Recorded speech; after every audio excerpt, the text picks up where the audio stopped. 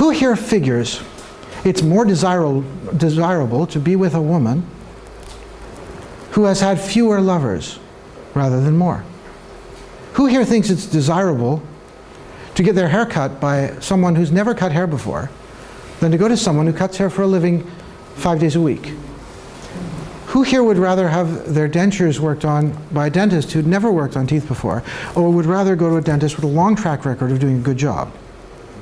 For some reason, we have this myth that people should want a woman who is a virgin, because virgins are tight and the sex will be good. Interesting thing about virgins, after the first time you have sex with them, they're not virgins anymore. Hey! Funny that. In fact, virginity comes along with quote-unquote tightness because the girl's terrified. It's painful. She doesn't really know what to expect in most cases. As soon as she starts to actually start enjoying what she's doing, she loosens right up. In truth, Violet, my beloved, often fields this question for me because I always kick it to her. When people say, well, wait a second, if someone's having a lot of sex, won't they get loose? She'll say, interesting thing, you go to the spa, I was going to say gymnasium, but I realize that doesn't apply here.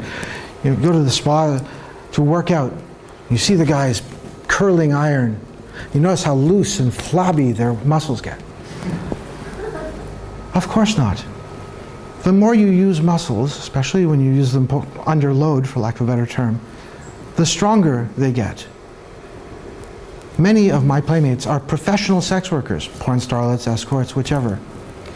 It is to their advantage to have excellent musculature, and they do, because they want to be able to delight their customer and get rid of him in 5 minutes. Some of them can twist off bottle tops, open Roche bottles.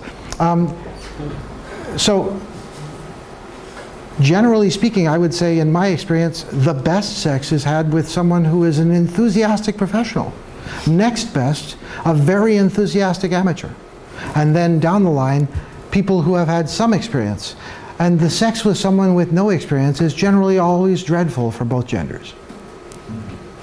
And yet, we've all been told countlessly that we're supposed to want someone who's less sexually active. Why is this?